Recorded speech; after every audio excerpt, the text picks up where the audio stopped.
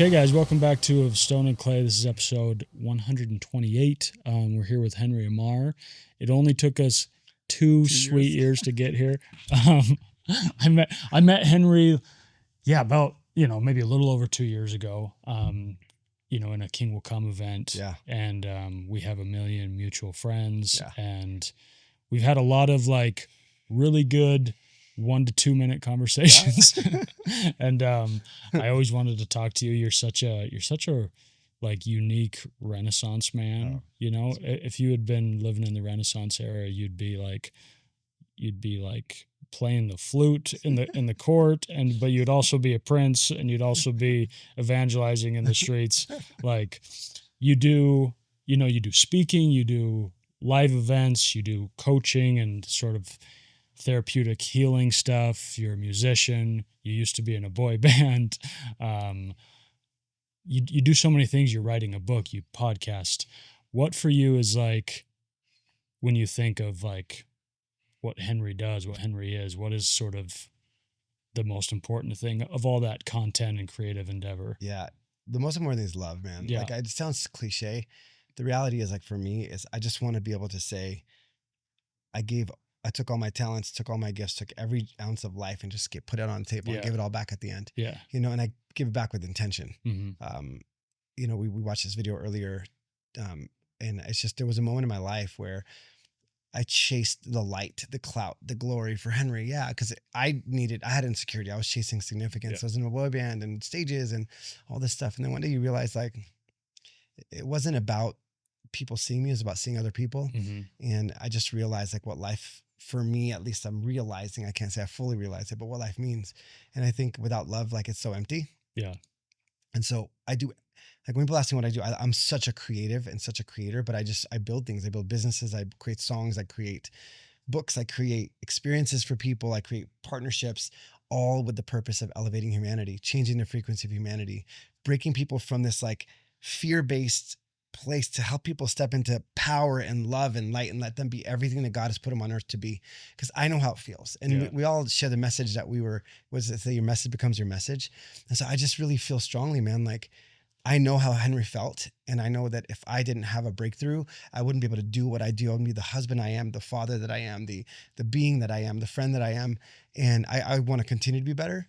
But I just, freedom is so important to me. Yeah. And I just want to liberate people that feel anyway stuck and liberate them into the greatest form of love and freedom and power that's inside of them. So all the good people in the world can go and just amplify good and light. Yeah. I love that. It's like, I like reframing that to say, like, yeah, I do this and I do this and I do this and I do this. But really what I do is I'm seeking love, and I'm trying to elicit love. Yeah. And I'm trying to be part of love. Like that's your whole thing. Yeah. I love that. Like, I feel similarly. I don't have my hands in as many pies as you, but like, with podcasting and writing books and content creation and whatever, it's all the same goal. Right. It's fun to have different, mediums that you use. 100%. And they fulfill different creative parts of you. What for you, whether it's maybe speaking, I know you've done TEDx events, or singing or writing, what for you kind of makes you feel the most alive? Man, great questions. I'm going to just trust my heart on it. To me, it's not necessarily doing the thing. It's knowing that what I'm doing is in alignment with my greatest self and with God and with love, right? If that's what it is. And so if it's spending time with my wife and being present with her, that brings joy to me. It's funny. I was asking my wife the other day, I was like, we've done some really incredible things. I've been really blessed, man. I feel so grateful. And it's like, when you check the boxes off, it's funny. Speaking of, like, there was a box I had by my desk. Every time I moved, it reminded me of what's important, because in that box was the Grammy certificate, the Magna Cum Laude, USC, all these things that I wanted for so long that were like the biggest things for me. And as soon as I got them, I was like, okay, what's the next thing? Put it away. Yeah. And I told my wife, I was like, we've been really blessed to do some really cool things, being on these big stages and doing these big things. But I was like, it's the moments, man. It's the moments for me. It's creating magical moments. And so what lights me up, what makes me feel I don't know if the question was what I'm most proud of. It's really just knowing that because I lived, because I was here, that I was a manifestation of love and healing to people in front of me. And I was living in my highest purpose. I think as the masculine inside of me, purpose and mission is such a big thing. Yeah. And mine is just so clear. I want to help people be free, take them from any form of fear. And by fear, I don't mean spiders. I mean like fear of failure, fear of what people think about them, whatever is keeping them smaller, whatever is keeping them from the next level. I've studied it for 28 years and I know I've seen people break free. And when they break free, I see their life, their family, their relationship with God, their confidence, their success, their finances change completely. Yeah. I'm like, man, if I can help through my wrestle, help somebody else through that, then I'm good, man. Yeah. You know, I love that. It's like, to you, the most important thing is being fully in your purpose.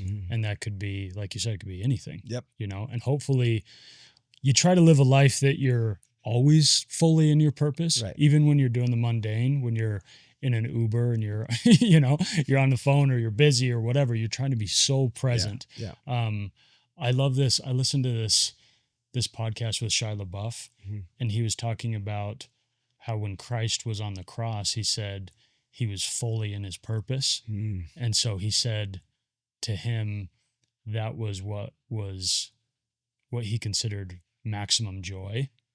And I love that thought that the only way to really achieve maximum joy is to be fully in your purpose. Right. Yeah. And so I'm like, you can do that with almost anything. Yeah. You know, and so you can have maximum joy just having breakfast with your kids. Right. You know, 100%. But when you're lacking purpose, you're going to have little fleeting moments of joy, but it's not going to really last. Yeah. For sure. And that's what's interesting too, is sometimes, and I say fear a lot because I feel like the comparison might be like, well, I don't have a cool podcast like you, or I don't have this thing like you. It's like, we're all made so different not to be put in a box. Yeah. Right. And the second I stopped comparing myself to other people, but saying like, who am I? What is my gifting? What is my talent? What are my experiences in life? The second we step out of that fear, because it's hard to love when you're in survival mode. It's hard to love when you're stuck thinking about preservation. Am I good enough? Am I not good enough? Yeah. Oh my gosh, am I going to make it? Am I not going to make it? There's something that shifts in people when they step into who they really are and their power.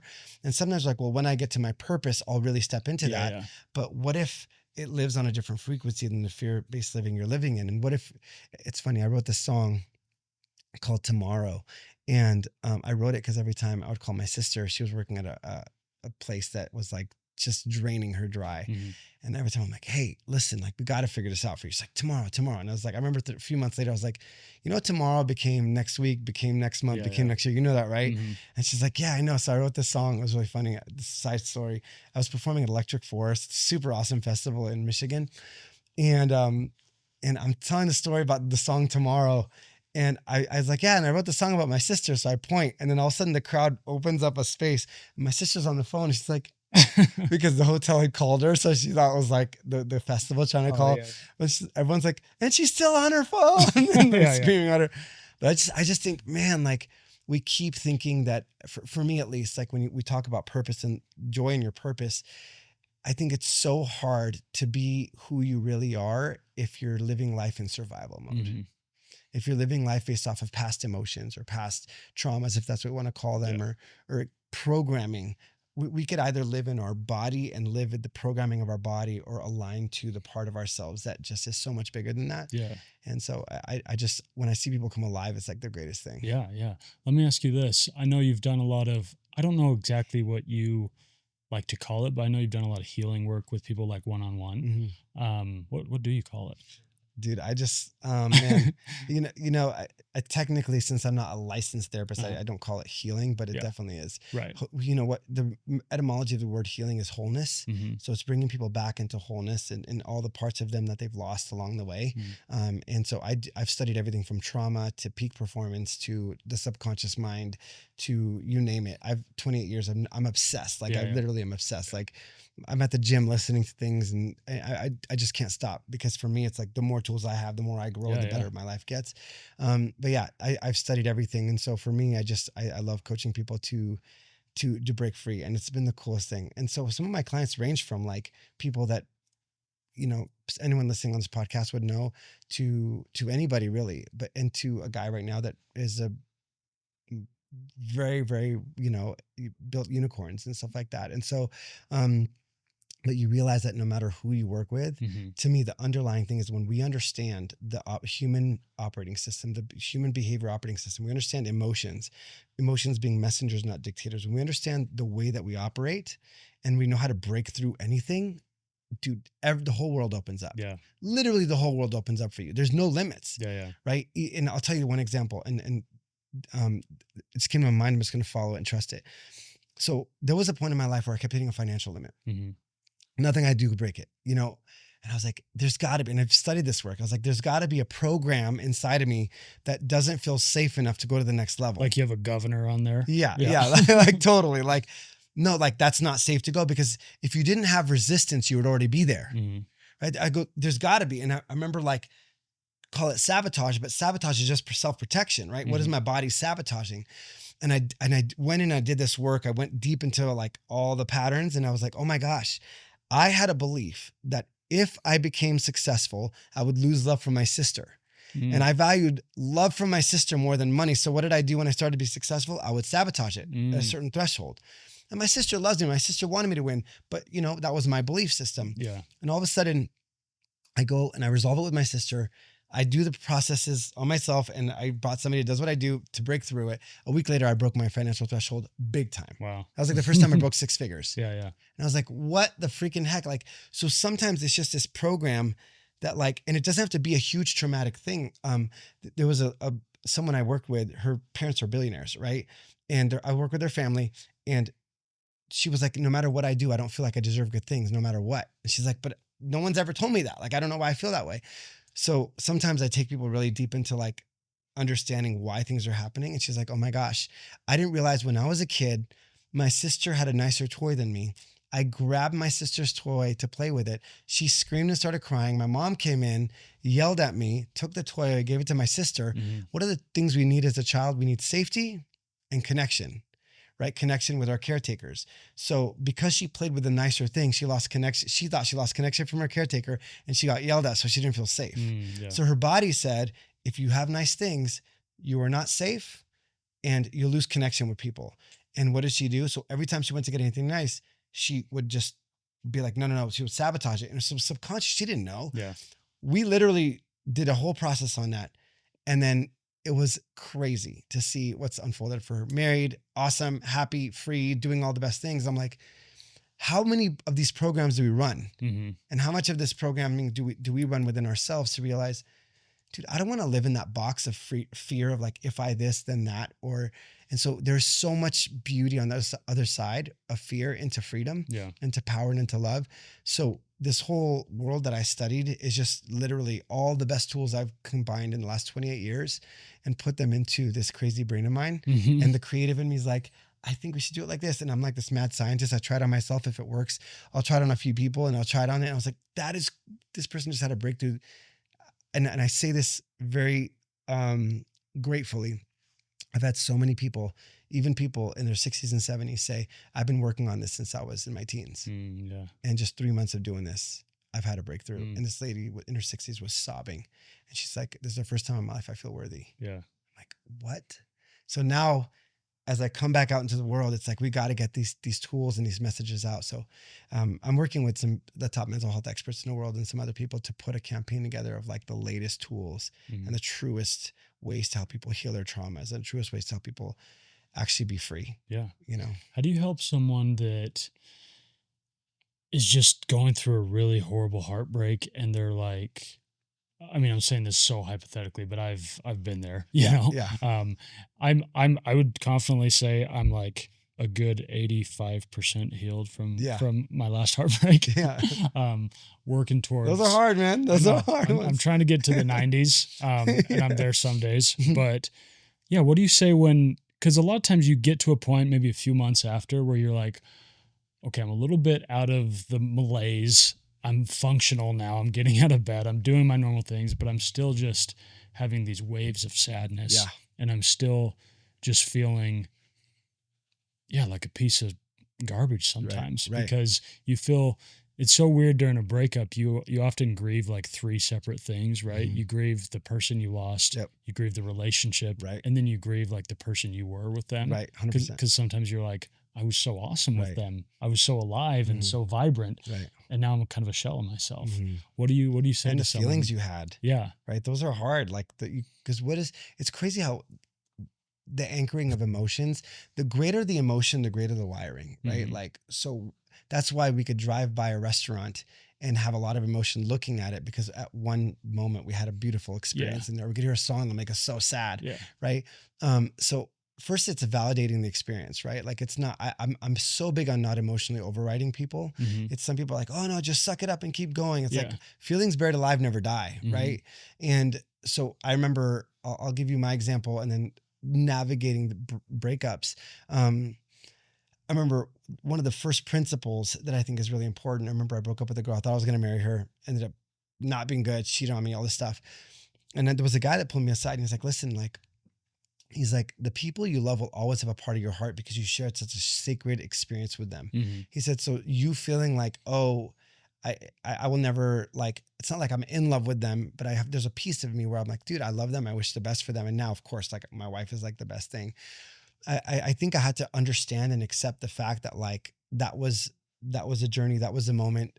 And it's not, I wouldn't say never, cause sometimes we do, but that was a moment and I honor that moment. I Yeah. honor that experience and I honor my sadness and I honor my feelings. Of course I'm sad, and if you're sad because you had a heartbreak, it's because you loved. Yeah. It's because you actually allowed yourself to love and I be like vulnerable. I like saying that, honoring your sadness. Yeah. Like, how do you do that? Yeah. And so this is what's interesting. So think about this.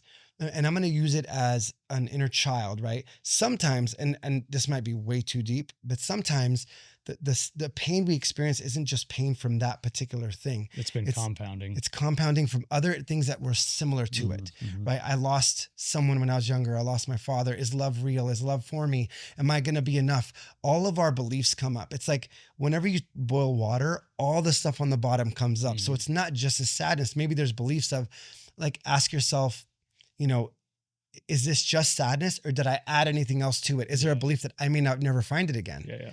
I may not be enough. Oh my gosh, if I gave it all my heart, then maybe I'm not able to love. So we have to understand that there's probably layers to it. Yeah. So the blanket statement for everybody is more just, I call it radical, loving self-awareness. Gabor Mate calls it compassionate curiosity. I love him. So he's so good. He's so good. So good. And so there's sorry, what does he call it? Compassionate curiosity. Okay. And so for me, going inward and saying, dude, okay, I honor my feeling. And so when we think about if we're reactive, right, and say we're stuck and we're sad and we're doing these things, one of the first things that I want to do is I say, if I'm going to go through it, how can I grow through it? That's my personal belief. Yeah. Doesn't mean I want to diminish the sadness, but if there was a child over here that was really, really sad, and I went up to that child and was like, you shouldn't be feeling that way. It's okay. That person, you're going to get another toy, blah, blah, blah. They're just going to be like, they're just going to cry and they're going to feel sad and they're never going to feel any hope. Right. And you're kind of rejecting what they're experiencing. Right. Rather than saying, hey, I accept you. And this part of me, this feeling, this sadness, I know you're here to benefit me. I know, like, whether it's fear of accepting somebody else or moving on in life or wanting to get out, it's like, I would literally go in and we do a process where it's crazy how the feeling even diminishes and transforms the second you don't push it away and resist it, because what you resist will persist, right? As Tony Robbins says. I will literally go in first and have an honoring the emotion and saying, I understand. Like, I will literally be the loving leader that I'm looking for in my body, right? And I will say, I completely understand, I honor it, and you're here to benefit me, and I know you're here for a purpose, and you're giving me these feelings also so I don't go get hurt again. Right. So you communicate with the feeling. I do. Yeah. I do. I honor it. It's funny enough that, so there's a brand of therapy called IFS therapy. Really cool. If anyone's never done it, there's a lot of different modalities that use parts work, but in the world, there's something that they call the capital S self, which is like your spirit self, and parts. Parts are all the sub-personalities and things like that. And they all have their own thoughts and belief systems and things like that. And so in that space, what they do is they say, and Mass and Kip will say, you could be in the emotion or with the emotion, right? And I'll let myself cry. When my mother died of cancer, I was like, dude, I'm going to let myself grieve. I'm going to let myself feel sad. I still miss my mom. I still cry. Yeah. When watching the video, I was like emotional, right? Yeah. But if you think about it, what I want to do to heal is I want to bring all these parts that were segmented from me and bring them back into wholeness, because that's what the root of healing is. Right. And so if I can be with that emotion and understand what I truly need, rather than just sitting there like being with it and saying, what do I really need right now? What do I truly need? Mm-hmm. I need support. I need to go in, and I want to understand what belief I'm coming up with in this. This is so important to say, that the greater the emotion, especially when you're sad, especially when you're feeling what you're feeling, is the greater the programming. So when mother passed away, having studied this work, my emotions were all over the place. Yeah. I was sad. I was mad. I was happy she wasn't suffering. Mm-hmm. You know, you have all these conflicting emotions. And I literally did what I call it a sacred pause. And I paused and I said to myself, I said, Henry, the decision you make today is going to determine the rest of your life. I said, so make a wise, because decisions become beliefs, and beliefs help govern our system. Yeah. And they help you look for what you look for. Because if I walk in a room and I believe, oh my gosh, this person's just going to hurt me, I'm never going to let love in. I'm going to have a wall. I'm going to let people in just enough. So that now my heart's never going to fully, because if you get hurt in relationship, you want to heal in relationship too, right? And so I remember I paused and I looked at my mom and I said, I could be so mad. I could say, you know what? Life sucks. This is my mom. Like I've done everything I could to do what's right in the world, blah, blah, blah. But I looked at her, I said, Mom, I will honor your life with how I live mine. Mm-hmm. And that, I remember so clearly, and that just anchored in. And now what I do is forward moving, because I made a decision in that belief. So when someone's in that, so that's a long way to say, honor the emotion and really ask yourself, there's no cookie. What do I really need? What's the belief I'm carrying around this? Yeah. What feelings do I miss from that? And do I believe I can get them again? Yeah. That's sometimes the hardest part. Yeah. Because I wonder if you've experienced this in past relationships, but when you break up with somebody where it's especially devastating, you feel like it was so hard to get to this point and to find this caliber of person. 100%. How could I ever do it again? Right. But is there really any logic in that thought? Because if you were able to get it once, why couldn't you get it again? Right. And it makes sense. I mean, pain is a very difficult thing, you know, and when you're in it, the subconscious mind believes that everything you're experiencing at this moment is going to last forever. Yeah. That's why when things are good, you're like, yeah. When things are bad, you're like, oh man. Like, right. And so that's why it's so important to unblend and be able to understand that I am not my thoughts. I am not my feelings. I honor them. I respect them. But the interesting part is this: we have to be able to unblend from our emotions and be with them, and they have to be messengers and not dictators. Okay. Yeah. Right. Because the second an emotion dictates what you're doing, now you're running a program, and that is, you can literally decide. You know what's crazy is I tell people this and they freak out. If you tell me where your emotional home is in any area of your life, relationships, finances, business, your own self, I could predict with a high probability what your future is going to be. Yeah. Right. If you've been hurt here, and the decision that you subconsciously made or consciously made was, you know what, love hurts, and everybody's just going to hurt me. Yeah. Right. And that's the belief system. Well, guess what? Now I can predict that either in the way you react to that is you put up a wall, the same walls that keep pain out are the same walls that keep love out. Yeah. Yeah. And then you're going to bring somebody in that has maybe a 50% availability factor, just like yourself. And then what are you going to do? You're going to manifest your fear, because fear is faith in the wrong thing. And what you have faith in begins to manifest. Right. And I could say it from a spiritual perspective, but from a logical perspective, think about it. If I had a fear that I didn't belong, or people thought my blonde hair was crazy or whatever, and they don't think I belong in a room, and I walk in a room and a group of people turns around and look at me, if I'm running a fear-based operation, what am I going to say? Oh my gosh, they don't want me in here. They think my shirt's weird or my necklace or whatever. Yeah. And then I start acting weird. I manifest the very thing I'm afraid of, and that solidifies it. So now I have a fear cycle that just takes me worse and worse and worse. Just like in relationship, if I go in, all people are going to hurt me. I'm going to go in, and I'm not going to be in my masculinity to really attract the feminine version. I think everybody has both. Yeah. but I'm not going to be present enough to attract somebody that is present enough to do that. Yeah. So me and trying to figure it out is going to have, it's just going to be dysfunctional. But if I walked in that room knowing God put me in this room, I'm here to serve, I'm here to whatever that is. And those people look at me, I'm like, oh, I bet you I need to talk to them. I'm going to show up with a different thing. Yeah. We're going to have a better relationship. Now, what did that do? That affirmed the belief that I had. Mm-hmm. So our beliefs will just manifest themselves in life, and we're going to attract and detract based on what our beliefs are. So we have to be so extremely careful in these moments, what we experience and what we believe and what we decide to do. But there is a part of us, even in the pain and the hurt, that can take a step back and say, what do I need? What do I really, really need? Mm-hmm. Is there any belief system that is I'm curating that's going to hurt me in the future, hurt me right now? And I will honor the sadness, and I'm not going to let it drive. I'm going to drive it with so much compassion and love. Yeah. And I'm going to give it newer experiences to let it know that, yes, that I missed a relationship. I also missed the feelings in the relationship and who I was in the relationship. And there's still people like, I think about, like, oh man, but honestly, I married my wife way later on with a whole bunch of heartbreak before it and missed opportunities. And I literally, and there was so many times where I was like, oh man, like, I don't know, maybe it's not for me, man. Like, maybe it's not for me. I've been searching up and down. I've been doing all these things. Maybe it's just not for me. Maybe. Yeah, I've felt that. Yeah. And then and then one day I just, like, literally, it was a God experience. I was praying. I was like, dude, like, I just need to, I have two options. I'm either not going to believe or I'm going to believe. Mm-hmm. Not going to believe is going to, what is the probability of me getting what I want from that energy? What's the utility in Right. not believing? There is none. Yeah. But if I can step into and condition myself and step into the best version of myself and say, this is a heavy freaking weight that life has given me. Right. But I believe, I heard a pastor once say, if God sets you up, he's got your spot. Yeah. So he's not going to let it crush you, but he's not going to just, do all the work for you. So I'm like, this is heavy. You must think I'm freaking awesome for lifting this heavy weight. I'm going to lift the weight. I'm not going to let it crush me. How can I become a better person? Because maybe the next level of Henry, the healed version of Henry, is going to attract something even greater. And I'm telling you, in relationship, and I will testify till the end of the world, that's exactly what happened for me. I decided, I was like, you know what? I'm already going to go through this.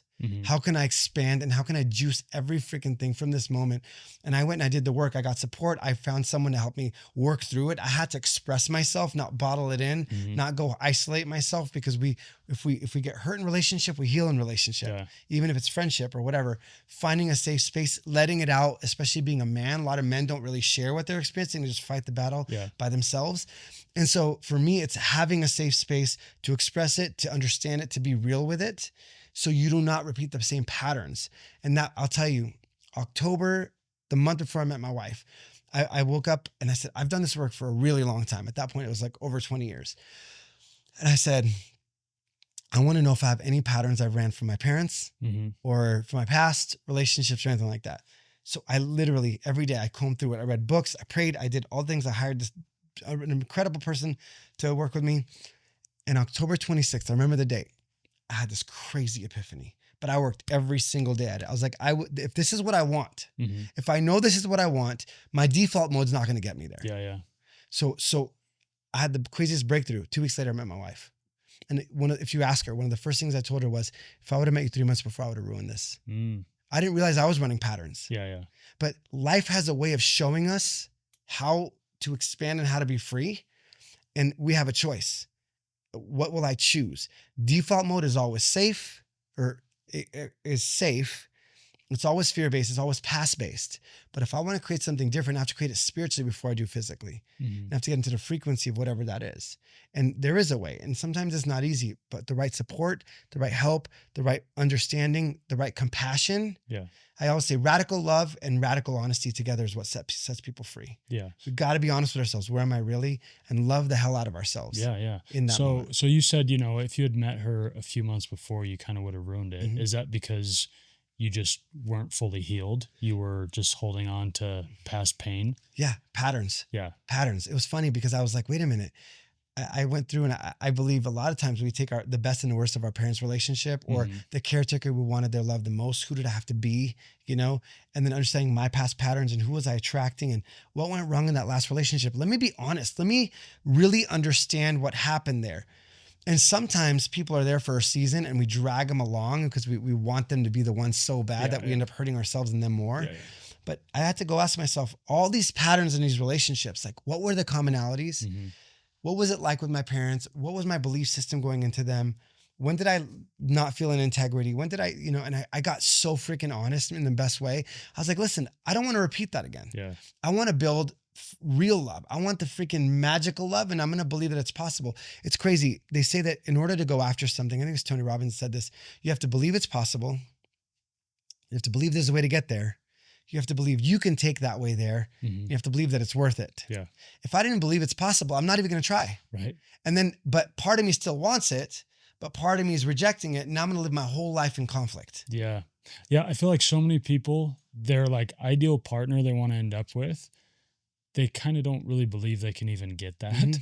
And so they're just kind of going through life dating, and they're like, yeah, dating sucks. Everyone's horrible and no one's worth it. Right. But they have this idea of this person they want to be with, but they don't really even believe they can attain it, Mm-hmm. Right. And my thing is, I tell everybody, write your non-negotiables down and become them. Mm-hmm. Like, step into asking yourself, become them. Am I the type of person that would attract that kind of person? And all I need is one. Yeah. All I needed was one. If I'm my wife, dude, I'm good. Yeah. You just need to hit the lottery once. Yeah. And it's like, that's kind of how it goes. And if someone's listening to this podcast, they do the work. Right. Like, I'm looking at the camera, like, you do the work if you listen to this podcast. And to find someone that's doing the work is a little bit more rare in the world. Yeah, true. Right. And so it's like, this might sound really bad, but if you're driving around, you're going to see a lot of the same type of cars for people that aren't willing to, or aren't able to, or don't have the pattern breakthrough to do the work to get it, but if you're looking for a Lamborghini, it takes a certain type of person to do the work enough to get that type of car. Yeah. Right. So if you go and you're looking for this one type of car, but you're settling for this other type, you're never going to get to that one because you're too busy riding around in this one. Yeah. Right. Maybe that wasn't the greatest metaphor, but my thought was, you don't see those certain type of cars as often in common because it takes a certain level of energy and work to get there. So if you're doing the work and you're like, man, I'm here doing a podcast, I'm helping people, I'm doing this, am I ever going to find somebody at my level? There's someone else sitting on the other side of the world being like, dude, man, I wish there was a guy that just freaking stepped into, like, he understood himself, had emotional maturity and mastery, and freaking was in his masculine and just would love me the way that I want to be loved. And there's someone else out there, but she's out there meeting all these other guys that aren't doing the work, that are running their patterns. And now she gets hurt. And then, other people get hurt, and then they never really get a chance to meet because they're operating in fear. Yeah. They're just in Subarus. Yeah. But the thing is, like, dude, if you're putting in the work, then keep putting in the work. Just be like, I will build this up. And my radar is so clear on what I'm looking for. When I met my wife, I was like, oh shoot, part of me didn't know you were possible. Right. But I literally, like, last night we sat there, like, totally honest. This is a true thing.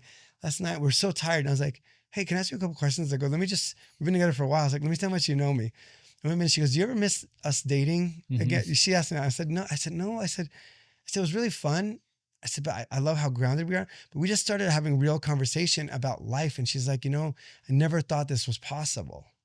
And I told her, I wake up and I see you, and you keep me in gratitude. I thank God for you. And I said, on the morning of my wedding, I came out of the shower, my towel, I fell on my knees and I started sobbing. And I said, thank you, God, for not letting the things work out that I prayed for. Yeah. At the moment, I didn't understand it. Yeah. And so the last thing I'll say to that is, I need to truly believe that all things do work together for my good, and that what's really mine can never go away. Yeah. If I'm living in my frequency and I'm living in my best self, then everything's going to fall into proximity. Right. The person's going to come this way. This person's going to step back this way. This friendship's going to go there. This friendship's going to come here. This opportunity is going to come here. This opportunity is going to go there. If I'm living in my power and my love and my freedom, I feel like everything goes and aligns itself according to the frequency at which you live. Yeah. Yeah. Tell me a little bit more about when you met Taryn, when you knew, like, oh, this could be something like crazy. Yeah. Did it kind of spook you?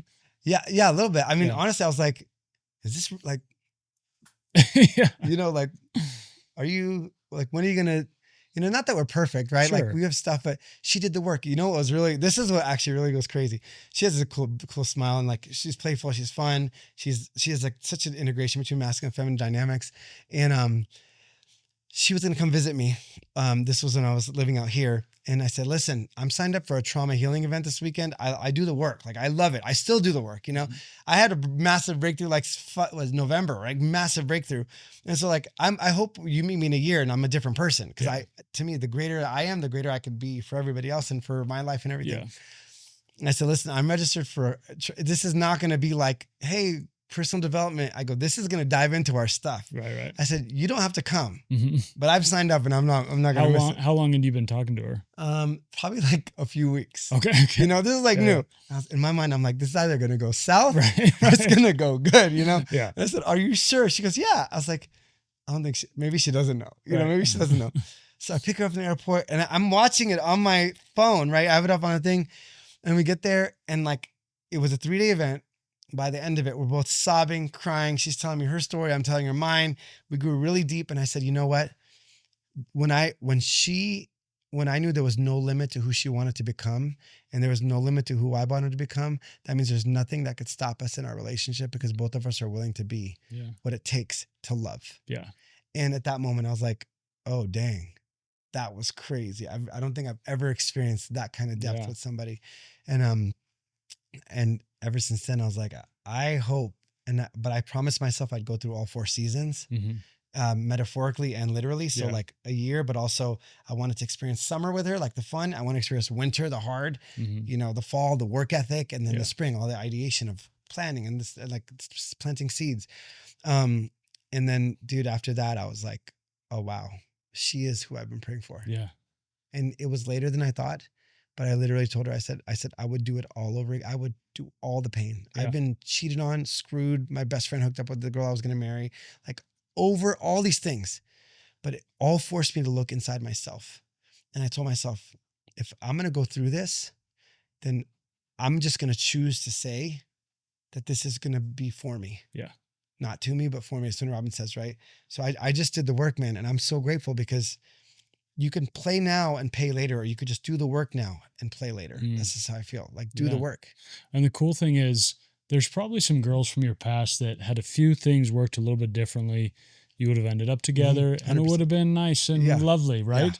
But all of this, all the crap you went through just enabled you to meet kind of your soulmate. 100%. And you guys are so...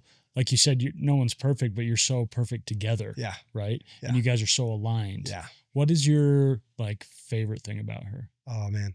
I literally told her, I was like, cause I said like her radiant smile and energy. When I look at her, like this is really funny. But the other day at the gym, sometimes I'll look over at her and she'll be like, I think as a joke, cause she knows I laugh about it. And she knows like, I'm like a little boy at that point, Right.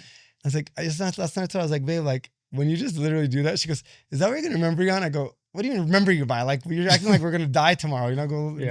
But I was like, it's just, I love her radiant smile, her spirit, her heart for, her heart, just who she is, her being. And I literally, when you say that, I literally see her smile and her face is waving and there's a radiance to her. And I told her, I was like, I just want to live my life to freaking lift you up in any way I could, and that radiance just makes every part of my masculine energy want to just go protect her and love the freaking heck out of her, What has that done for you in your healing journey? Like you said, you've kind of for decades been just trying to heal and get better and improve. Dude. What has sort of finding the love of your life done for you? Dude. So in situations before, when someone would have acted a little bit differently in a situation, I could feel my body. I do my best to be self-aware. I could feel my body getting to a reaction. And I'm like, what reaction? The word react means react, to act again. Mm-hmm. So whenever I feel a reaction, I'm like, my body's having something that's acting again from my past. Yeah. So I'm like, ooh, what is that? But then I'm like, I'm safe. I'm loved. Like, what's happening? I'm like, oh my gosh. In my previous relationships, if something like this would have happened, then they would have acted a lot differently. They would have disconnected. They would have not been there. They would have, I would have had to do this alone. But yeah, Taryn's over there smiling. And I'm like, so there's something in the trauma space called the disconfirming experience, where the fact that she's still there loving me in ways that people didn't before just heals the freaking heck out of you. Because your nervous system now is like, I'm safe now. Like I'm loved now in all of me. Like, whoa, like you're not going to go anywhere. You're not gonna. Yeah. You know what's crazy? I hung out with this girl the other day, and it was just like our first time hanging out, and it was super chill. We just like got together and we're listening to music and talking, getting to know each other, right? And then she messaged me the next day and told me that it was like one of the most healing nights she's had in So cool. years. And I was like, why? Like we just like listened to Taylor Swift and Yes. and like just, we were just joking around. I was telling her about a book I think she should read and whatever. And I didn't think much of it. And she said, I felt a safety that I haven't felt in years. Yeah. And I felt like I could actually be myself. So cool. And I was like,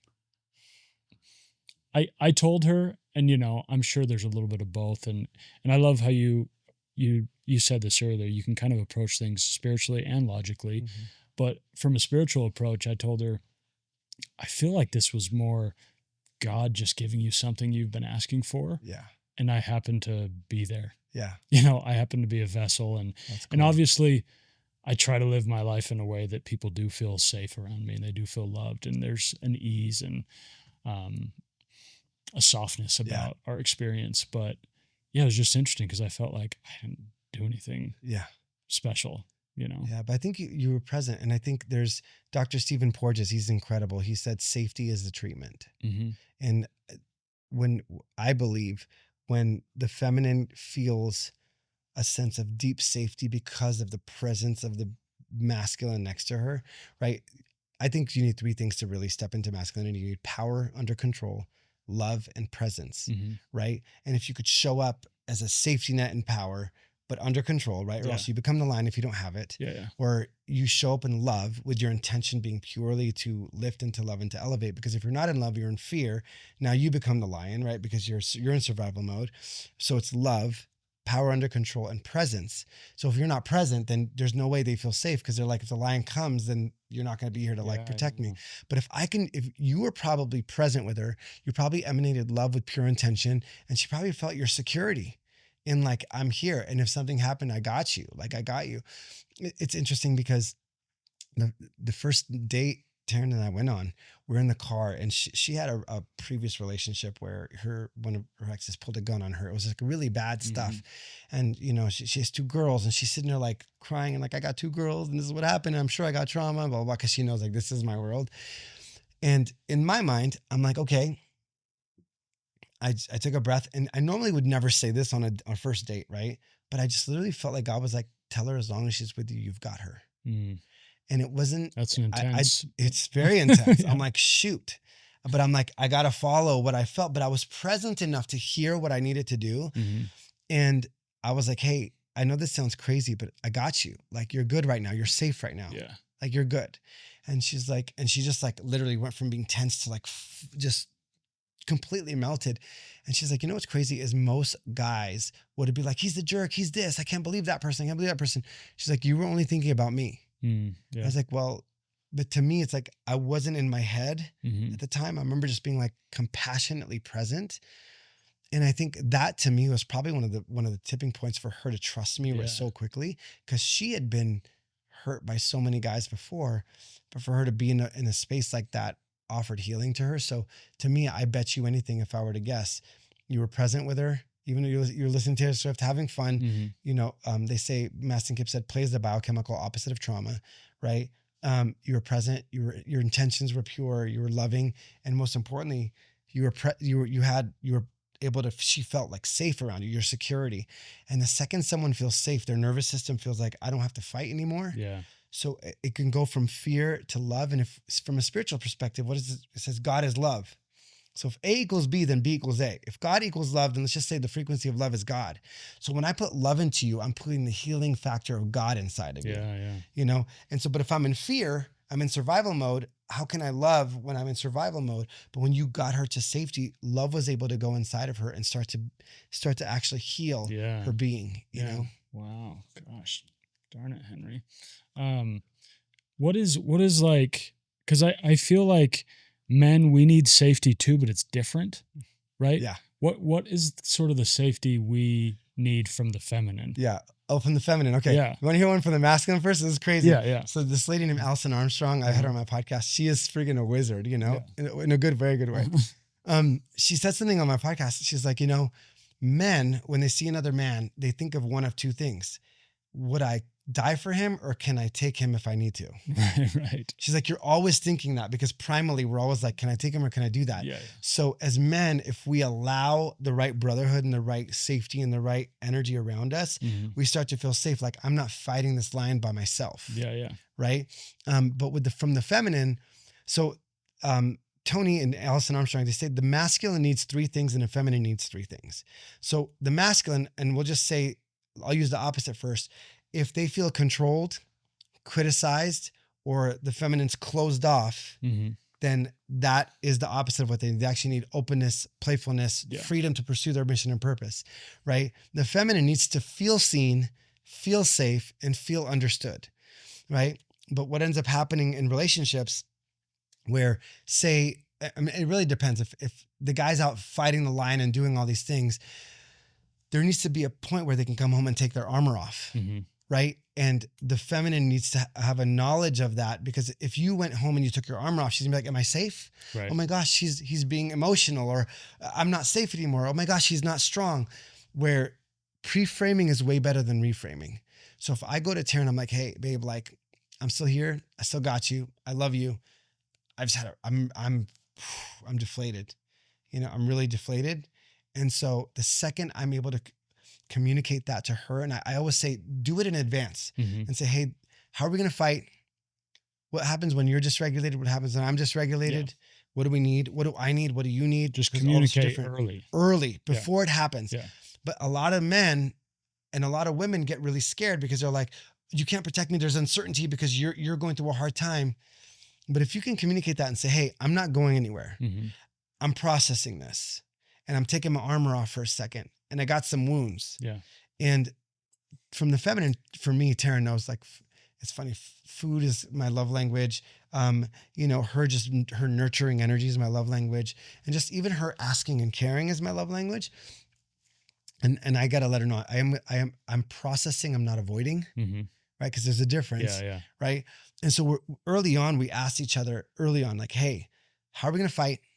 How do you we have something called the fear languages. We haven't put it out there yet. So you're like one of the first people that we're talking to. We're writing a book on it, where when I get into fear, do I avoid?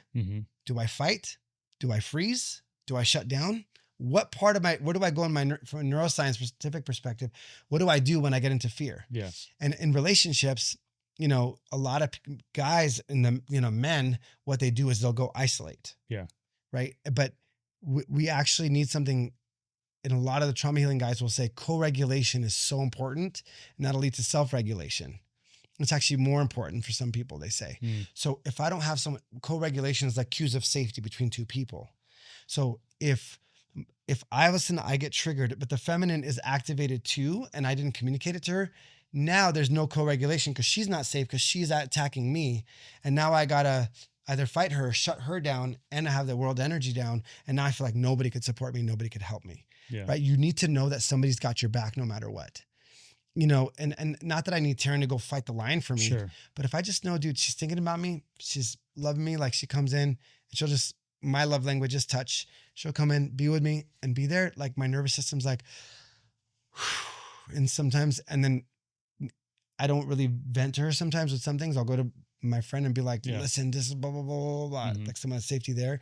But for men, man, we got to find our people, you know, and we got to pre-frame with our relationships.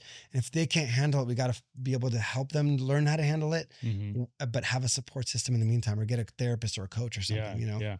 How do you, because you're doing so many things all the time. Yeah. You're probably like you told me, like sometimes you'll come home and you're like, I need to decompress for a week because I've been doing festivals, I've been speaking, I've been coaching, all these things that are really intense. Yeah. Right. How do you manage to stay really present? Because on top of this, I know for a fact your phone is always blowing up. You're always networking and meeting new people and have new projects and new things happening. And so it's really easy to be not present. Yeah, 100%. Because you could be doing this podcast right now, but you're like, yeah, but I've got a podcast that's coming out soon and I'm doing this. It's really hard to be really present, especially with technology and you being part of technology so Yeah. much. So what do you do to help you stay so That's so so funny. present? And like literally right now, if I look at my phone, I have 627 unread text Right. messages. Right. And so I look at that, and for normal person, it's like anxiety, Yeah, yeah. I used to answer I used to answer everybody back. I used to do all these things. And one day I realized if I just keep playing defense to the world and not really choosing my life, first of all, I'm a puppet to everything else. Second of all, I can't do the work I feel called to do. Third of all, I need to just make sure I'm in alignment. So it took a lot of very deep understanding of what fear-based operations was I doing? Do I have to get back to people? Did I have no boundaries? Yeah. Did I not say yes and say no to everything? Like there's so many things I wanted to say yes to, but I have to wait till I know it's in alignment with me. Mhm. And honor and be so self-aware. One of the greatest tools we could ever have is self-awareness, right? How am I really feeling? What do I really need? I already know. And I told you after like June and July festival season, I'm out from one festival, land, drive 4 hours, do another festival, do all these things. I get back home and I'm like, okay, I know my body's going to be tired. What nourishes me, what strengthens me. And I have to decide my life. The greatest gift we have is choice, but we give it away so easily, Mhm. right? To everybody else's call, beck and call and answer. And so it's like, I want to live very intentionally. My routines are very clear. My morning routines to align myself with God, with who I am, with what's really important to me. One of my favorite quotes is, the world is going to grab you by the hands and pull you this way and then pull you this way and pull you this way.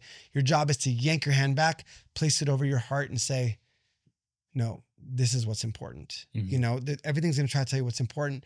So presence to me has been a multiple thing. It's being self-aware. Mhm. If I'm dysregulated, really give myself what I really need, communicate that.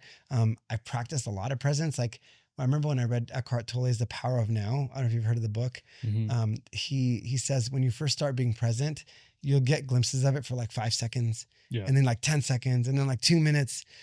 And for me, it's been a practice to live life alive. Yeah. I want to be alive when I live. I don't want to I call it the autopilot dilemma. Like I think we're all in the autopilot. Like we get to the end of the day and we're like, what did I do today? Yeah. Like, what did I even do today? What the heck? Do I really remember?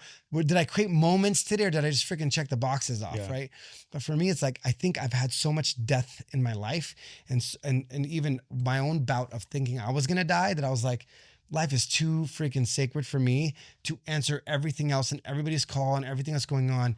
I need to just align myself, do what I feel is right. And just people will hopefully understand, or I could love people and do the best I can. I mean, honestly, this is crazy. I'm just getting like 20 text messages at a time. When my podcast hit number one, Mhm. it went number one in training and like 6 in education on Apple one time.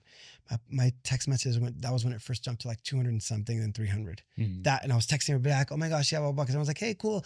Well, can I be in your podcast? Hey, oh my gosh, like all these things came Yeah. up and I was like, whoa, I didn't even know these people had my number still, Right. and it just jumped and I was really grateful. Some people were thanking me, supporting me. And I was just going back and I could feel my anxiety just go through the roof because now opportunities are coming up and now this is coming up and I want to say yes to everything because I want to be successful. Yeah. But I was like, that's fear-based living. I don't want to live a fear-based life. Yeah. I want to live a love-based, present, powerful life where I get to align myself and choose what I'm doing every day with it. And I literally had to ask myself, what environment do I want to create in my home? What environment do I want to create within myself? And I just got to be honest with what's keeping me from that and do the work, because sometimes we take life as it is. Mhm. It's like, that's not what we're supposed to be. We're supposed to actually choose and be the creators of life, not surviving, not checking boxes off. Yeah. So what do I do to be present? I make it a priority to be, Yeah. because if I say I'm too busy for something, busy just means that something else is more important, Mhm. right? Realistically, and that's okay. Like if I said I'm too busy to record a podcast, it's because I'm here doing what I feel God is calling me over there. I'm like taking care of my family, building a new life there. And you don't want to do a podcast when you're not present. Totally. Right. Yeah. And like for me, this, even though it's been forever, like this felt totally aligned. It felt like it was the right moment. And you're so cool. You're like, it's going to happen when it's meant to be. And then literally I was sitting there and then your name popped in my head. I was like, I think it's time to do the podcast. Yeah. You know what I mean? And I honored that. Yeah. And I'm grateful for it. And maybe this comes out at a time where one person watching needs one thing we said, Right. because God loves that person that much. Yeah. And so to me, it's like, and this is probably the real factor. Trust brings peace. Mhm. Without trust, you cannot have peace. and God grant me the peace, the serenity to accept things that I cannot change, the courage to change the things that I can, and the wisdom to know the difference. Right. And it's like, I can't change everything. I can't change everybody's perspective of me. I can't change my mother dying of cancer. I can't change this breakup. God, grant me the peace to give those things to you and accept them, but really just give them to you so you could transform them into gold. Yeah. And let me have the courage to change the being that I am. And please give me the wisdom to know the difference. Yeah. And I want to live in my realm of control. Yeah. I want to be a leader of my life. I want to step into full leadership, because when I'm and this aligns with mission, and this is tied all together. When I'm living in my mission and my purpose, in order to do that, I ask myself, who do I need to be? Yeah. And every morning I wake up and I have to make sure I step into that being and condition that being so it becomes who I am, not someone I'm trying to be. Yeah. So the person you see now is very different than the person you would have met 20 years ago. Right. Very different than the person you met last year, to be honest. Very different. And I had to tell my wife 2 times last year. I said, babe, I had a pretty big breakthrough. I might be communicating differently, but let me tell you why. Yeah. I'm probably going to be a lot more bold and blunt around truth and love. And I explained to her, she's like, cool. But I pre-framed it because I realized in order for me to accomplish my purpose in life, this is the type of leader I need to step into. Yeah. And I said, I'm probably going to dysregulate a few people because everyone's used to a different Henry. Right. Right. Yeah. But that's okay. But you're like, because I'm a lion now. I got the hat. The hat made me a lion, but it's like, that's kind of the thing, is like, there's a sense of when you step into all of you, things will rearrange themselves, and that's okay. But the people you love the most and the people that you want to step into and I mean, the people you want to love and serve, I had to ask myself, who do I need to be? In order to do that, I cannot love you without being present with you. Yeah. The best that I can, at least. I can't love my wife if I'm sitting there going like this. Like, my girls don't know sometimes how busy I am. Right. They just think I'll play Fortnite with them and like I have all the time in the world. Like I don't have to do work. But in my mind, I'm like, okay, when they go to sleep, I'm gonna stay up for another 3 more hours to finish this thing. Yeah. But I'm gonna make sure those girls feel so freaking loved when I'm here. Yeah. And as soon as they go to sleep, shift energy, boom, and go in. And I think that's the beauty, is we can condition ourselves to be anything. I can sit here with you one way. When I'm on stage at a music festival, my energy is very different. When I'm sitting with my wife one-on-one on a date, I'm not. It's different, you know?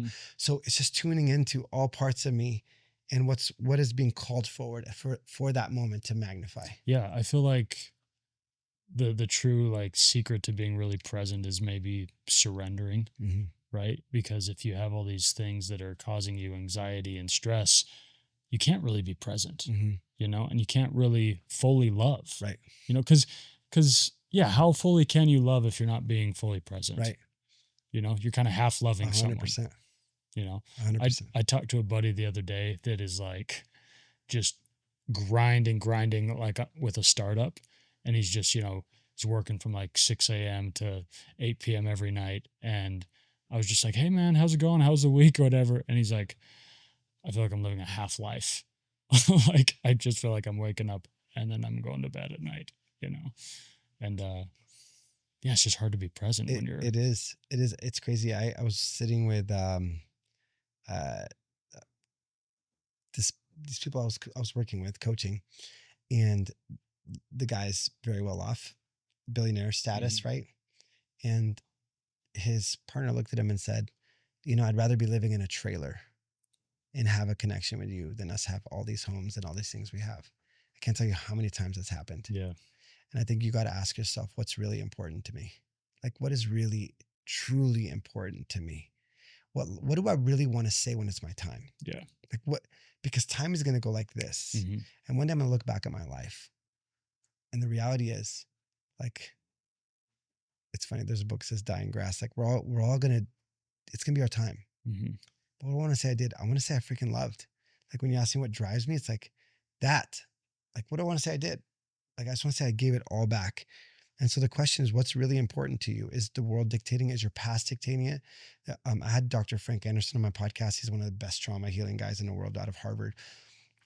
And amazing, amazing guy. And he said, Henry, the reason I graduated top of my class at Harvard is my whole life, I felt like I had to be the best to get love. So I was chasing it.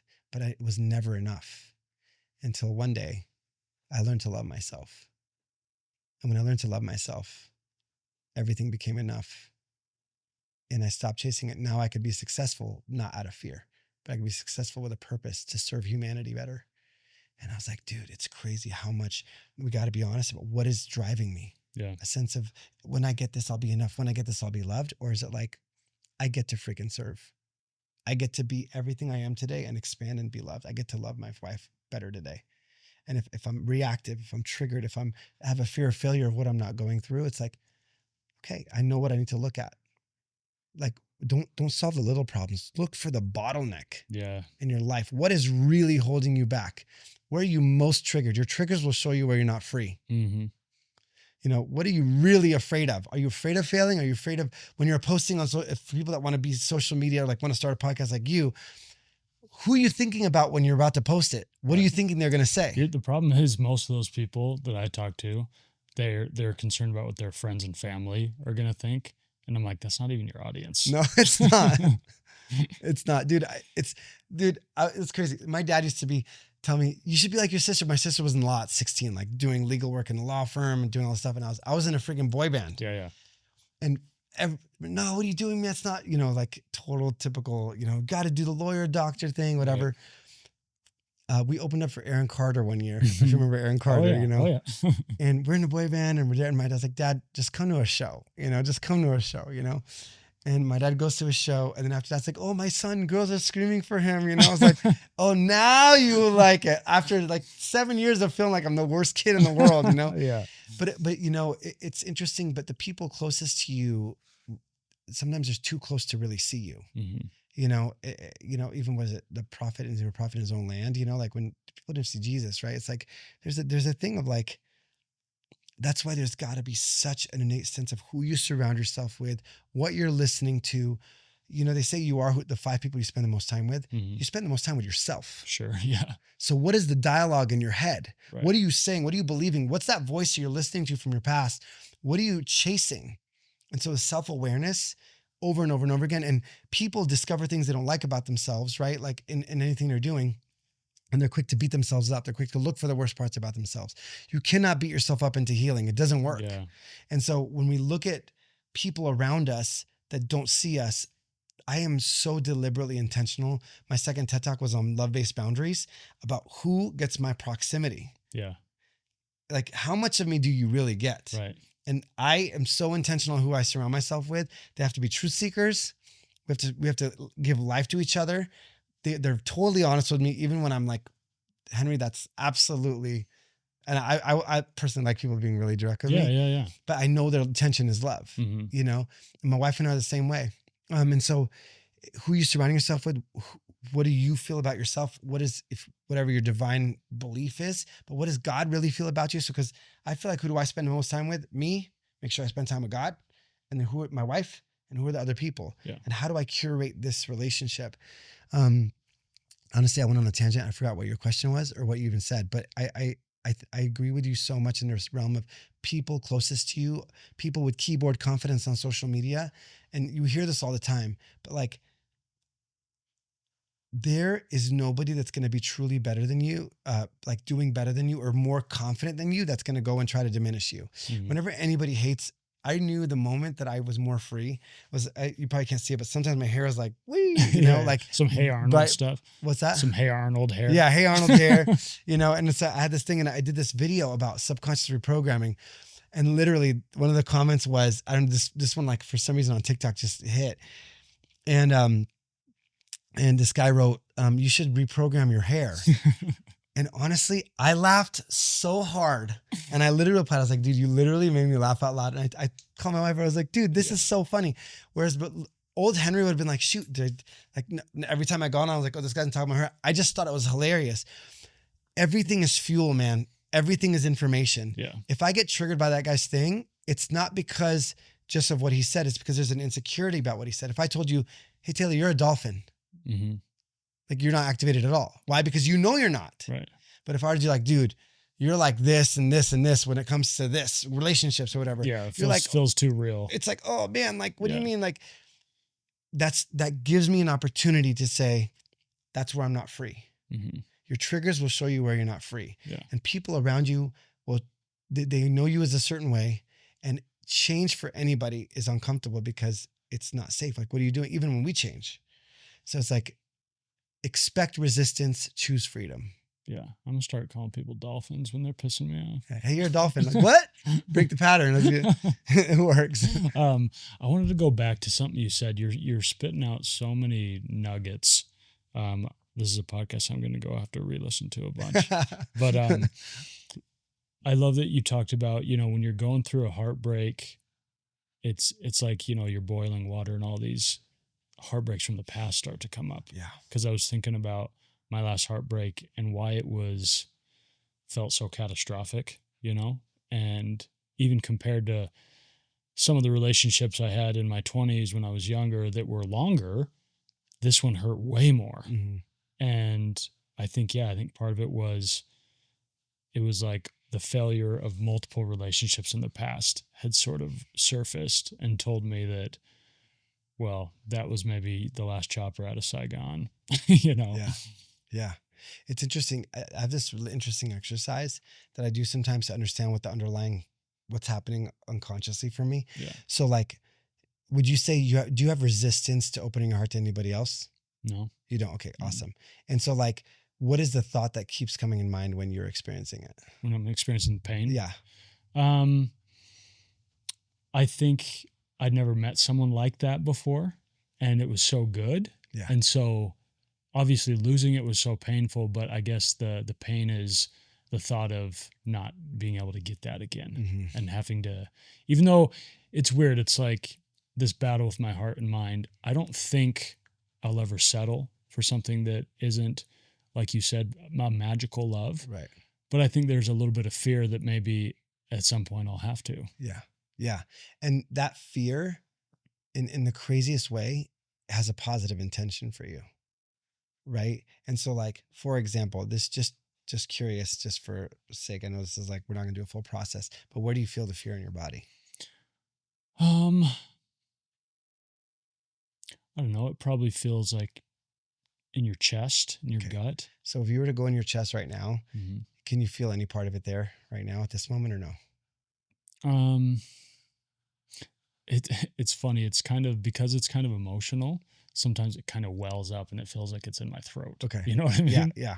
Yeah. So you feel it in your throat at this point? Maybe. Okay. So you don't have to do this. I was about to jump into like. No, you can jump in if you want. So for me, sometimes I just get really curious to what comes up for people when they just don't think and they just speak with what the feeling is trying to say. And there's so many ways to do this, and it's just one way to just test to see if it's saying something. But if you could just go in and you could just scan your body and just tell me if you feel that feeling at all in your body.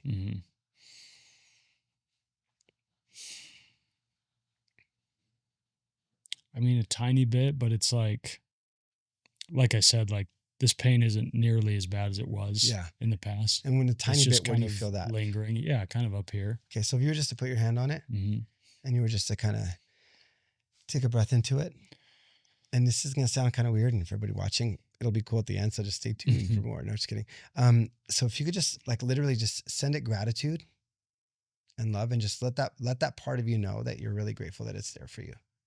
You know it has a positive intention. Even though you haven't liked it being there for a long time, you're just really grateful that it's showing up for you. And when you do that, what are you experiencing?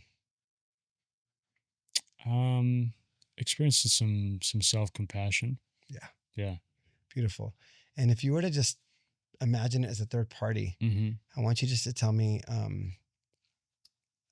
this is going to sound really, really weird. I'm just like debating, like, how much do we want to dive in? But if it's so interesting that if you can just give yourself that compassion in those moments, and you could literally just almost like speak to that part, like, what do I really need at this point? And sometimes you just, whatever that is, and honoring whatever that is, you could feel myself restraining because I wanted to jump in and do a full session with you. But there's so much gold in emotions. Emotions are some of the greatest doorways to your healing that you will ever find, even if it doesn't make sense. Yeah. And it's not in the avoidance of the emotion or letting it pass. It's actually leaning into it with love. Yeah. And asking yourself the real questions in those moments, and being with somebody that can help support you in that space. Because I guarantee you there's gold inside of you right now and that transcension and that healing and the curiosity that you get of understanding. Because sometimes it's not even just the last heartbreak. Sometimes it's an experience you had. Like there was a girl who, there's so many stories, but this girl that she's like, I always feel like a failure. I always feel like I have this feeling of like, I just don't know why. Like she goes, but I keep chasing things. And I said, okay. She goes, you know what? I know what it is, because it's like, I failed when I was like, she was playing sports and I missed a shot and it was like really, really bad. I know that's probably why. Now ever since then I feel like that. And I was like, can we test something out? She said, sure. So we did this process, and it turns out that that part of her was 4 years old. Mm-hmm. And I said, okay. And realizing that when she was 4, she had failed at something. Her dad grabbed her by the hand, and her perception was she failed. So he was really upset at her and like threw her, and she ran in a closet and cried. And her dad was super upset at her. And so what did she learn? Well, because I failed, I lost connection and safety. My father was yelling at me and screaming at me. So her whole life, she said, don't fail, don't fail, don't fail, don't fail. But if I told you right now, don't think of a purple tree, what did you think of? Just a big old fat purple tree. Right. So if you walk around your whole life saying, don't fail, don't fail, don't fail, what are you going to look for? Failure. Yeah. And what you look for, you're going to find. Right. So what did she find her whole life? Evidence that she was a failure. Yeah. Until she reprogrammed it, until she understood, until her mind knew that even if she failed, she's actually still lovable and still loved. Yeah. You know, but the gold was in there. It wasn't just that situation that she had, quote, failed. It just compounded over and over and over again. But her body went back into, that's why sometimes you see a grown man throw a tantrum like he's 9 years old. It's because my mentor told me you could tell the age of somebody's unhealed trauma by the age they act when they're triggered. And I was like, oof, my dad threw a tantrum like he was 9. My dad's father died when he was 9. My dad started working when he was 9. My dad started smoking when he was 9 years old. Yeah. You know, and I'm like, no wonder. Like my dad had a lot of trauma. Like I now have so much compassion. Yeah. My father, at the time, I was like, why is this guy pissed off all the time? Right. You know, but it's like, it's crazy, but there's gold in all of emotions. And when we run away from emotions, we run away from treasure. Yeah. We just got to dig with love. I really like that. It's funny, even though I bring it up and it still causes some pain, I feel like this breakup, I healed way better than past ones, because I sort of just leaned into the gratitude of what it was. And listen, it ended in a way that was like, there was mutual love there. It just, she didn't want to proceed and I did. Right. And so, but I could put that aside and say, well, everything else was wonderful. And I'm so grateful that I was a part of it.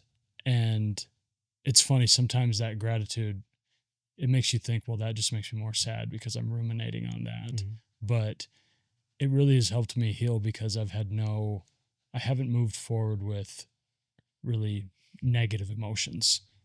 I mean, you could argue that sadness is a negative emotion, but I think, like you said, it's just gold, right? Waiting to be alchemized. And so, totally.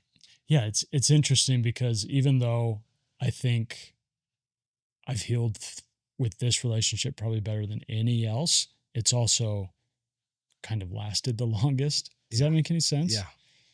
Yeah. It's interesting sometimes to do a little check for myself. I'll go to the if then question. So for example, in that relationship at the time, like if you were to just go into it, just to see what beliefs we're carrying that are there. So pick a number 1 through 10, first thought. 3. Okay. Pick a number 1 through 100, first thought. 44. Okay. Just that quick. I want you to finish the sentence, right? If she left, that means what? First thought. She doesn't want to be with me. If she doesn't want to be with you, that means what? First thought. I'm not her best option. If you're not her best option, that means what? First thought. Someone else is. And if someone else is her best option, that means what for you? That I'm just not good enough. And if you're not good enough, that means what? First thought. I'm going to end up alone. If you end up alone, that means what? First thought. This sadness I'm currently feeling will be protracted for decades. Right. And so do you see, it's not the fact that she's leaving.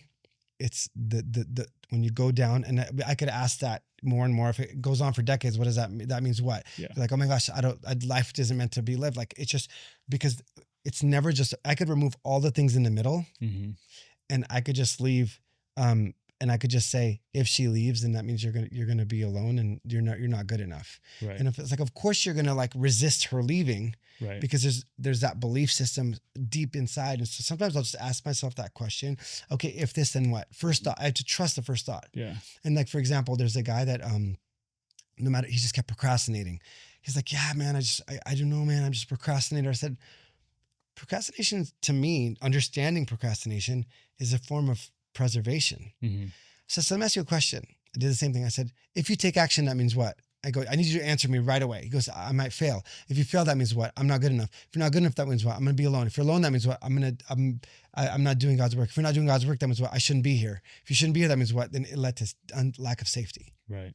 So he was beating himself up for procrastinating, but he had this belief that if he took action, then he was terrible, wasn't doing God's work, and was going to be alone. Yeah. I wouldn't take action if that's what I thought too. Right. It's self-preservation. Yeah. Yeah. So when we understand why we do something, it gives us more compassion, more love. It's like, oh, dude, of course I believe that. Of course I would be like hanging on to this, because if the belief is, if I'm not her best option, then I might be alone forever and I'm sad forever.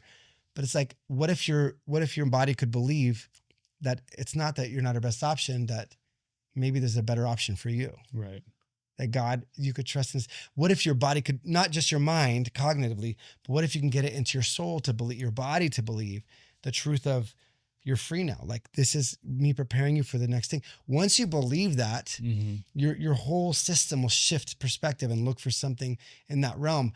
But I find gold in that question, because there's beliefs there that when I resolve those beliefs, I approach things even differently. Yeah. I might even approach that relationship differently. Mm-hmm. Yeah. I really like that, because honestly, I haven't really, maybe in moments, but for the most part, I've struggled to have that thought of, well, maybe there's something way better for me, because it really was amazing. Yeah. Right. Totally. And so, arguably kind of the best that I had ever had. Yeah. So the thought of it being even better feels not impossible, but it feels like far-fetched. Totally. 100%. Yeah. Yeah. 100%. And before her, the best before her was probably like, can I find someone that good? And when you find it, it's like really, really good. And look, like some people are like, oh, it's you're just like in fantasy land for what's better. It's like, well, what's the other option? Right? Like, sit there and just be like, oh, I guess life is just going to give me this. Or am I going to go and create an energy and a life and a system around my life to say, no, there's 6 billion freaking people in the world. And I believe God has a plan for me. Yeah. And what's truly mine can never be lost. Yeah. And because she left doesn't mean I'm not enough. It doesn't mean I'm going to be alone forever. It doesn't mean that this is what's going to happen, because I know before her, I didn't know she was possible. Right.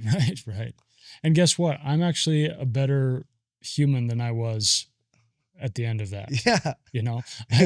And if you do it right, the more pain you go through, the better. Right. Almost. It's crazy. Right? It doesn't feel like that, and it sounds like horrible, like cliche advice. Yeah. But it's true. If you let it truly alchemize, you do become a better version of absolutely. yourself. Yeah. And that's the thing, is like, what options do you have? You have two options, and I'm not saying, I'm not a big fan of emotional override. Like, don't feel, just suck it up. And it's like, no, feel everything you need to and honor it. And be with it. Yeah. And direct it and love it and juice it while it's here. Because when the water boils, it all comes to the top. And guess what? If we don't deal with it, what happens? Oh, it's fine now. I feel better. But guess what's still in the water? All your crap. Yeah. So deal with it while you can. I remember I had this thought, you're going to keep dealing with it until you deal with it and get real with it. Yeah. And I'm like, I don't want to keep moving this. I want to be the best freaking version. That's why I love growth. Growth isn't to me, I suck, so I have to be better. Yeah. It's like, I get to be better because then I get to enjoy life even more. I'm more liberated. I'm more in my power to serve. I could be more financially successful for my family. I could love my wife more presently. I could love my girls more presently. And I just want to grow, and I'm not perfect. And in 2 years, I'll still not be perfect. And in 27,000 years, maybe I still won't be perfect, but, believe in Jesus, cover it all up, which is great. But it's like, for me, it's like, I get to grow because I get to be better, because life gets to be better when I do. Yeah. And there are things I can't control. Look, like my mom, I've had some very hard things in my life. And I think because I've had those things, after they were done, I was like, dang, I think my body can process a lot of stuff, Yeah. and it wasn't always easy. There was a season in my life where it's like, oh man, my dad just died. My mom got cancer. They thought I had leukemia. They thought I was going to supposed to have 6 months, maybe. All these things pop up. And I didn't tell anybody about my scare because everyone was grieving my father. Right. My sister was suicidal. All these things at the same time. And here I am, I'm like the caretaker, peacemaker. And I'm sitting there like, I can't tell people about what I'm going through. And so I'm sitting there, and that season of my life was like so freaking nuts. And I felt like the biggest loser. It was just like stack. I'm watching my mom go to 70 pounds. And I'm like, what the frick? And luckily I'd done so much work before where I could just like really sit with myself, but I would drive for 2 hours, cry. I don't know why I was listening to James Bay, Let It Go. I would listen to the same song, repeat, cry, come back and be like, okay. And it's like, I look back at those seasons in my life. It's like, dude, I had to do some, like I was going to go through them anyway. And this guy would not be sitting here in the relationship that I have with the energy that I have, because I decided when my mom died, I told her, I will honor your life with how I live mine. That's a sucky situation, but I will do my best to plant something on it to go forward, because I'm going to live my life anyway. I might as well choose to be the best, highest, loving, most powerful, liberated version of myself and to go live my freaking purpose. Yeah. And I'm telling you, man, like, I just really believe whatever sacrifice is glorified, Yeah. like, and I believe that. And, life isn't always easy. And some people watching or listening, it's like, man, I'm going through a really hard time. Just freaking keep going and keep your eyes on the prize. Like, it will pass, but who you become is what's going to stay. Yeah. Like, this too shall pass, but who you become is what's going to stay. Right. How has your life and your paradigm of things changed since you became a father? Dude, like, it's taught me so much. It was cute. Yesterday, our girls have been through a lot, in their past. So I do my best to be their father, not their coach, but I'm still always like training them for the future and helping them heal their traumas and all the things, right? And we got her a leadership coach, but we've come together to be like, okay, how can we help her heal and emotionally regulate and be successful at life? And so for me, it's like watching her. We were sitting there at the table, it was like 2 days ago, I think, or yes, 2 days ago, and watching her like learn about emotions, learn about herself, and learn about this and see her come alive. It's like, dude, that brings me so much joy. They came from a place where they didn't trust men very much to a place where, like, now when something comes up, it's like to know that I am there. I created a safe place for these two beautiful girls. And to me, it's like, it gives me the opportunity to love, to be more present, to see the purity of life, to remember what's important, to remember that to them, even though they're saying, let's play, they're really saying, can we connect? Yeah.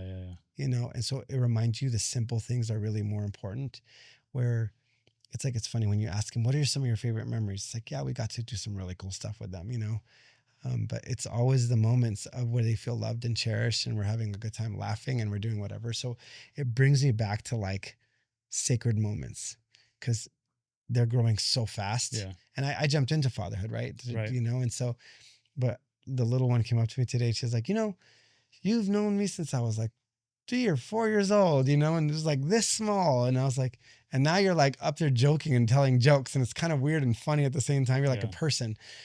And I just think for me, the biggest thing is moments. Yeah. Moments are important because they're going to pass. And the cool thing to remember as a parent or just, a role model is that you never know which one of these moments are going to stick and be a core memory for them. Yeah. Because you can look back on your childhood and you're like, I don't know why, but I just remember this time playing with dad and doing this. Yeah. And he might not even remember. Yeah. Totally. And it's interesting learning all the psychological human behavioral stuff. I know the higher the emotion, the more that gets stuck with them. Yeah. So I do my best to like apply what I know to them in a very healthy way. So I'll get the emotions really high, and then we'll learn something and laugh and do these things, and then it'll stick. Yeah. Like our older one is so sweet because I'm like, hey, she got a prize, for doing something. And then there was, her sister didn't get one at that time. but her sister didn't want to do it or whatever. But I said, hey, listen. And I just taught her this. I didn't tell her in front of her sister, but I said, when you do what nobody else is willing to do, you get what nobody else has. Yeah. But she was so excited because she's got this thing she really wanted. And I was like, hey, you want it? Let's grow. Let's do something and earn it together, you know? So we did. And she was so elated. And then literally 2 days ago, she said, Henry, listen, when you do things that nobody else is willing to do, you get things that nobody has. That's why I'm going to go do this thing. I was like, let's freaking go, you know? And so how do you apply these principles to the people that we love in a way that's very productive? You know, it's a little fun hack. If you ever see a kid tranced out, they're in like a hypnotic state. Even if they're watching TV, whatever you say to them is just going to stick even deeper. Oh, interesting. And so sometimes I'll look at my wife, I'm like, she's tranced out. So I'll go up to her and I'll speak life into her, you know? And she's like, what? I was like, you're good.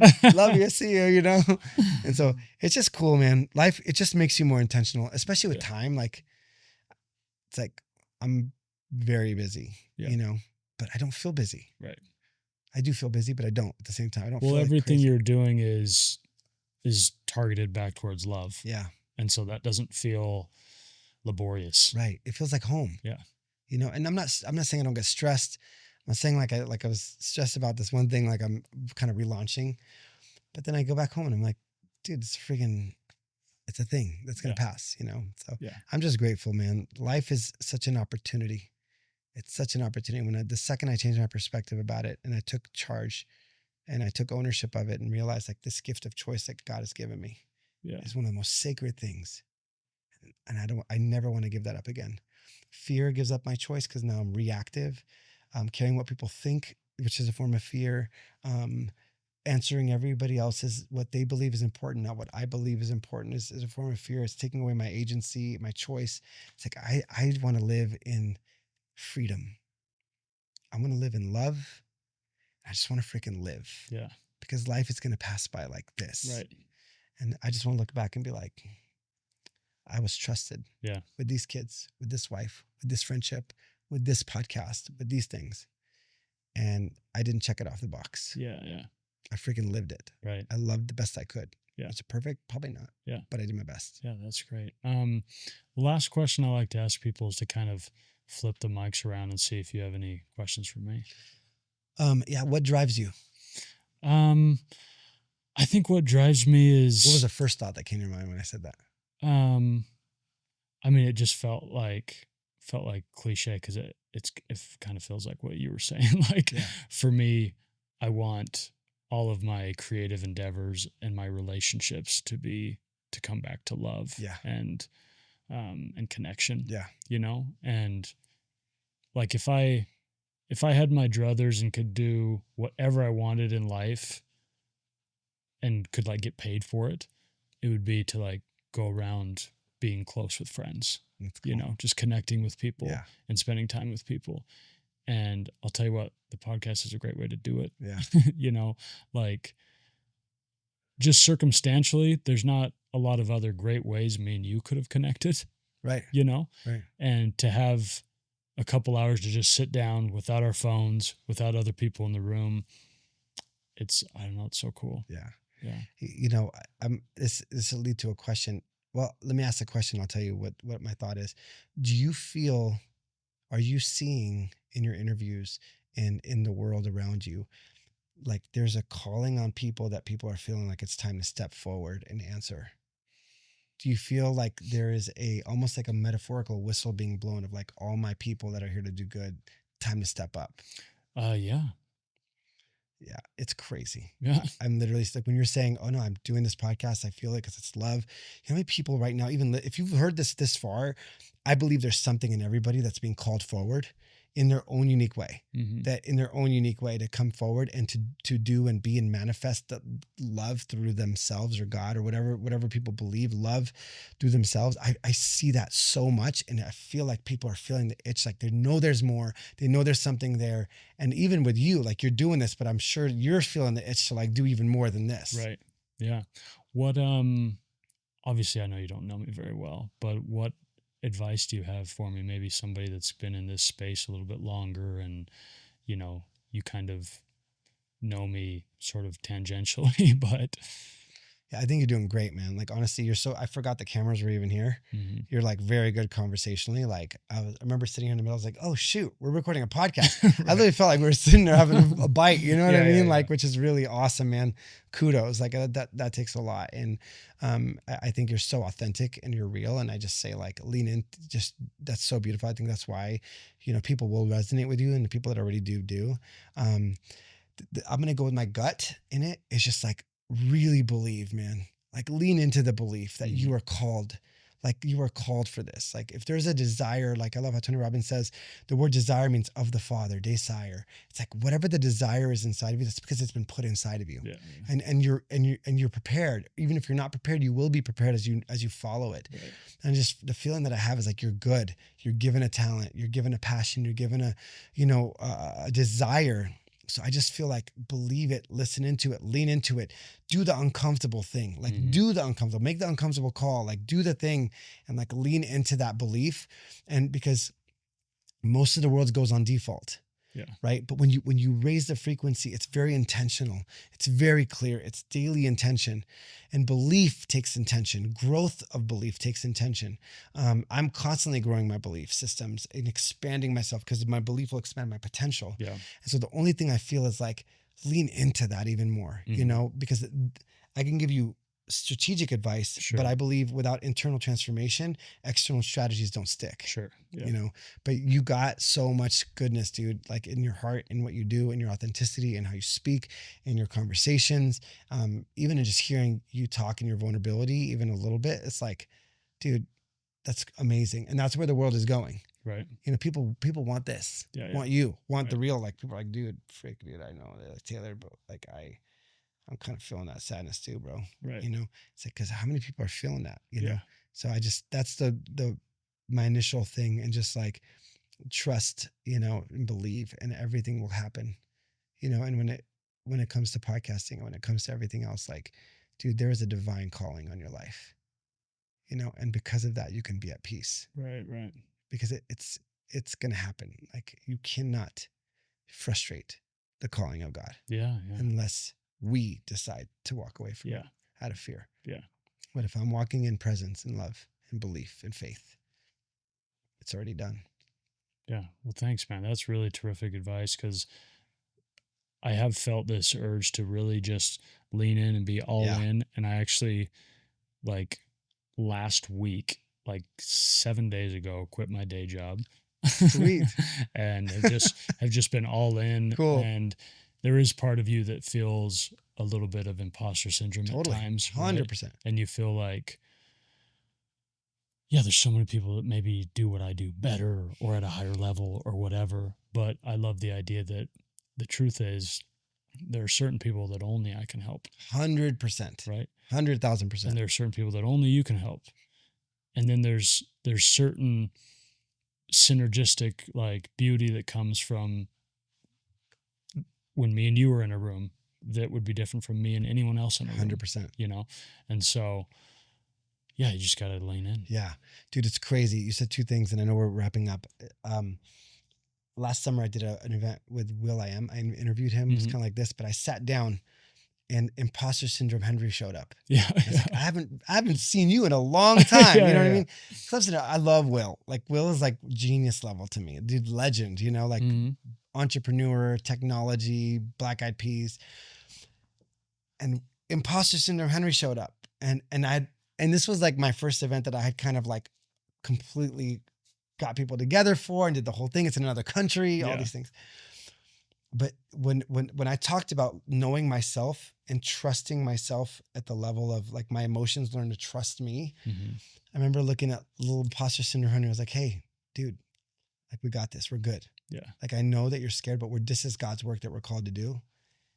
And we're good. And I've done it so many times that if I can show you the picture, literally the energy shifted in the room.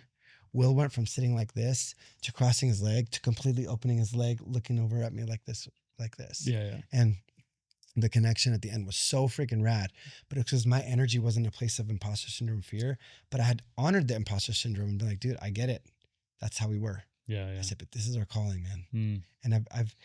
And IFS therapy, it says when the self is in the lead, when your spirit self, your higher self is in the lead, your parts, or let's just call them emotions, will provide information to you, but will not try to dictate. Yeah. Yeah. So that was information. That was my body trying to keep me safe. Are you sure we're good? And I was so present enough to be like, hey, we're good. We're good. And I looked over, I was like, we're good. And it was this sense of like self-control, self-compassion, and self-love for myself. And I looked over at him and you could feel the energy shift in the room because I wasn't operating from a place of like, let me prove myself to you. Yeah. Yeah. I was here to love you, man. Right. Right. And yeah, I just think it's so cool. You said something else, but I just got to say, man, like it is so cool to see you do this. Cause I remember 2 years ago, you were doing this. Yeah. And it's not easy. Right. And sometimes people are like, oh, you're sitting on a mic and you're doing these things. It takes a lot of work to get people on your show. All the equipment, payment, editing, getting it out there, taking the risk. When I was director of investments for a $2 billion company. I left my job. One company offered me equity position in a $2 billion company. I would have been a millionaire immediately. I said no because God told me to leave. I went down to $300 in my pocket with nothing. And I remember being like, God, this is kind of crazy. And we ended up going to lunch and dinner in Beverly Hills with this guy. He's like, Henry, blank check signing bonus right now. I had $300. And I was like, God, is this you? Like, and I could have put a good amount of money on there. Right. And he's like, no, it's not. Say no. And I was like, excuse me? Yeah. And I started over. And I said, dude, I wish. I said, but I got to do this. I struggled. I did it. And I look back and I'm like, dude, I am so grateful I did. You know, and so the wrestle is real. And I validate that because even if you get a 10 million views on it, you know, how many YouTubers out there that are doing it behind the scenes are struggling with different things? How many people are doing it? Like, you're a person with a real heart and a real soul, investing his time and energy into feeding life into everybody watching. So I commend you for that. Like, that's so cool. And everybody watching, if you're still listening to this, it's been a long episode, like, you're freaking rad too, because something inside of you knows there's more. And you're willing to take time and invest your time, which you cannot get back. You can get money back, but you cannot get back your time. You're willing to invest your time and energy and money and everything into this and into this for the betterment of yourself, which ultimately is the betterment of your humanity, the betterment of those you love, the betterment of those you will love. This is not a light thing, even though it seems like it's just a podcast. Yeah. This is so much bigger than just a podcast, so much bigger than you listening to a podcast, because all it takes is one thing that stuck out to you from this to say, you know what? I'm going all in on this. Something's calling me to go all in. Making one decision will change your entire life. One decision of anything I said or anything Taylor said today, literally will change it all. It's like, that's the power of choice. Yeah. You know, but I just commend you for your sacrifice, man, and your heart in doing this. I know it's not easy firsthand, Yeah. you know, Yeah. but it's freaking worth it. Yeah. It's worth it because you feel aligned with it. You know? Thank you so much, man. I was really excited to have you on because I've just had so many people I'm really close to, you're really close to, and have just told me how amazing it is to be with you one-on-one and to nice. feel of your love. And, you know, you sort of technically do a lot of things that elicit healing, you know, with your work, but a lot of times it's just your words that are healing. It's just your presence and your love. And I really appreciate that. Thanks, man. I appreciate it. It's my goal, and I hope I live up to that every day, you know? Yeah. And you know what? It's funny.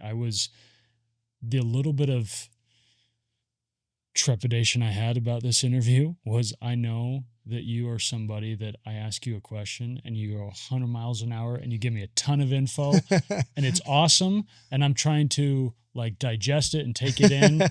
But the hard part about those guests, maybe you can relate, is you're like, okay, I have to be really present to understand everything he's saying, but then it's hard to remember what else do I want to talk about? What other questions do I want to get into? You know? Totally. And so, but I just had to trust my gut. Yeah. And it ended up being awesome. That's cool. Well, I'm honored to be here, man. Thanks for having me. Appreciate it. Appreciate you, man. Okay, man.